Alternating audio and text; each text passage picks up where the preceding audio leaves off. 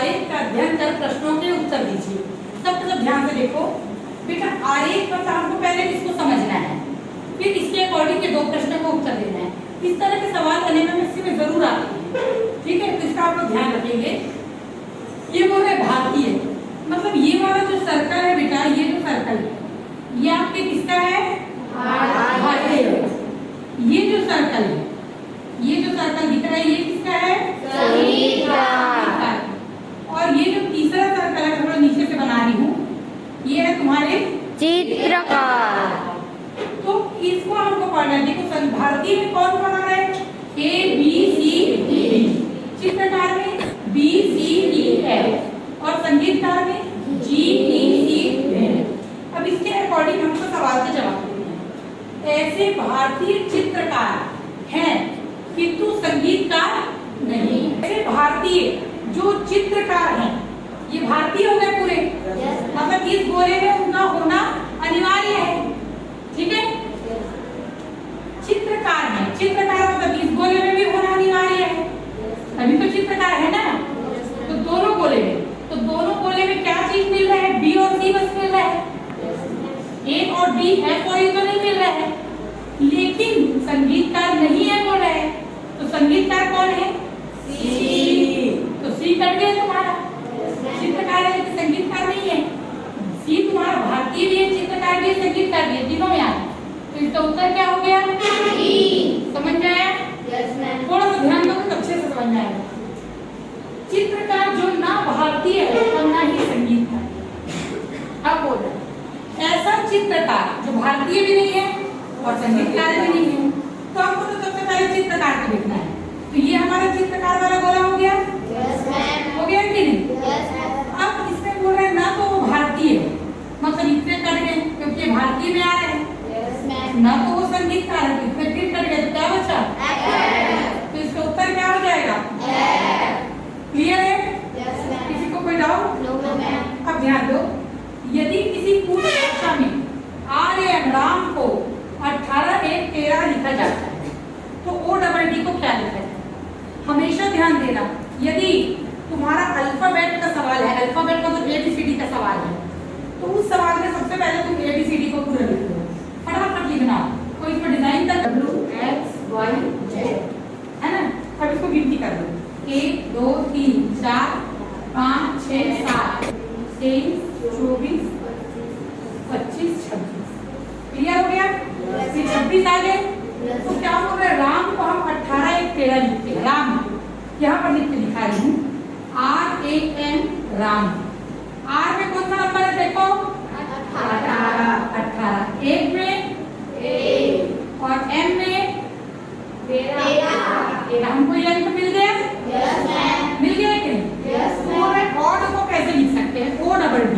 चलो बताओ, ओ को हम लोग क्या लिख सकते हैं? 15। डी को 4, डी को 4। तो हमारा उत्तर क्या हो गया? 1524। समझ में आया? आसान है, ऐसे ही बनाना है आपको। ओके, आगे क्वेश्चन करते हैं। लिखो, गुणा का अर्थ धन है, भाग का अर्थ क्या होता है? इसके ठीक लिखते जाओ, भाग का अर्थ गुणा है, गुणा का अर्थ धन है। इसके नीचे लिखिए, जस्ट नीचे लिखते जाओ। और धन का अर्थ ऋण है, धन का अर्थ ऋण हो गया, और ऋण का अर्थ भाग है। तो दिए गए समीकरण का क्या होगा? हमने बदल दिया सबको, पढ़ते पढ़ते ही बदल दो, पढ़ के अलग से करने की जरूरत नहीं, टाइम वेस्ट होता है, हमको टाइम का भी ध्यान रखना है। उसके बाद सभी अंकों को लिखो, ठीक है?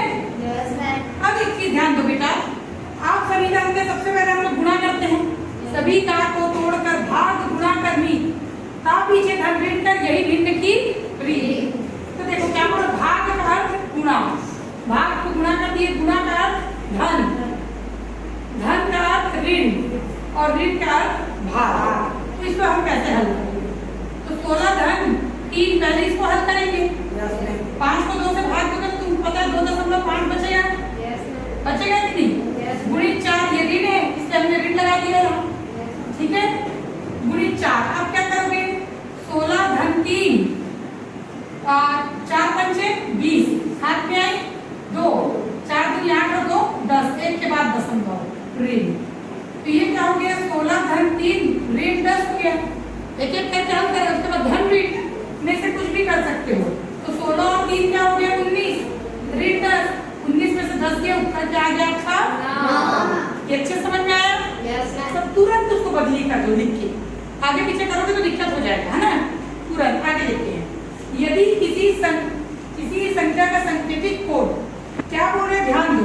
2 का क्या है 4, 4 का क्या है 2, 6 का क्या है 36। तो ये सभी का वर्ग हो रहा है बेटा, वर्ग हो रहा है कि 2 दूनी 4, 4 चौक 6 छक्का 36, 8 है तो 8 का वर्ग क्या हो जाएगा 8 इसका उत्तर आपका क्या हो गया 64। क्लियर है? No doubt. आगे देखो, यदि a बराबर 4, b बराबर 6 और c बराबर 2, a बराबर क्या बोल रहे हैं 4, b बराबर 6, c बराबर 2, d बराबर 1। तो हमको इसका उत्तर निकालना है। इसमें चिन्ह सेम है, उसमें क्या हुआ था चिन्ह बदला था, इसमें चिन्ह सेम है, अंक बदल रहे हैं। तो अब ये हमारा क्या हो जाएगा, पहले हम भाग करेंगे नियम के मुताबिक। बोर्ड मास का जो नियम है, बोर्ड मास तुम लोग सब पढ़े हो ना? यस और नो? उस दिन भी बताइए सभी भाग को तोड़कर भाग गुणा करनी, तब पीछे धन ऋण कर, तो भाग और गुणा पहले होता है, धन और ऋण बाद में होता है। तो हम इसको करते हैं, तो ये क्या हो जाएगा 4 धन 6 को 2 से भाग देंगे तो क्या आ गया गुणित 6, तो 4 धन 3 का 3। तो इसका उत्तर क्या आ गया 7। इजी है? Yes ma'am. बन जाएगा? Yes ma'am. थोड़ा सा हमको दिमाग लगाना है, ऐसे ही तार्किक सवाल आते हैं मेंटल एबिलिटी वाले, ठीक है ध्यान दो। रोज हम यदि 5-5 7-7 सवाल भी करेंगे ना तो बहुत हो जाएगा। इसी टाइप पे आते हैं क्योंकि फिर हमारा दिमाग चालू हो जाएगा, तो फिर हम इस तरह के सवाल हल कर पाएंगे। सूचना के आधार पर प्रश्नों के उत्तर, तो ये सूचना दी है। अनीता की आयु महिमा से 2 गुनी। इसको आप लोग एक और तरीके से कर सकते हो, ये लिख लो अनीता, अनीता, उसके बाद महिमा, महिमा और का नाम है एक तो महिमा, अनीता, दीप्ति और राजन। ये हो गई दीप्ति और ये हो गया राजन, ठीक है। सूचना अनीता की आयु महिमा से 2 गुनी, तो यदि महिमा की आयु इतनी है तो अनीता की इससे ठीक क्या हो जाएगी 2 गुनी, मतलब डबल हो जाएगा, डबल हो गया। फिर अनीता की आयु दीप्ति से आधी। अब क्या बोल रहा है अनीता की आयु दीप्ति से आधी है, मतलब यहाँ तक ले गए, दीप्ति का और बड़ा हो गया कि नहीं? Yes ma'am. है ना। उसके बाद राजन की आयु महिमा से आधी है, महिमा से आधी है राजन की आयु, दिख रहा है? Yes, दिख रहा है? Yes. तो प्रश्न है कौन सबसे छोटा है बताओ? राजन। समझ में आ गया? Yes. कौन सबसे छोटा है? राजन। राजन, राजन इसका उत्तर हो गया। अब यदि महिमा की आयु 16 वर्ष है तो राजन की आयु क्या होगी?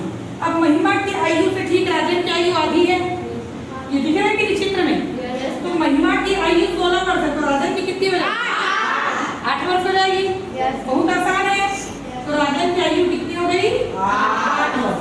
तो आपको ये सारे सवाल तार्किक के हैं, इसी तरह से आपको हल करने होंगे दिमाग लगा के। अब समझ में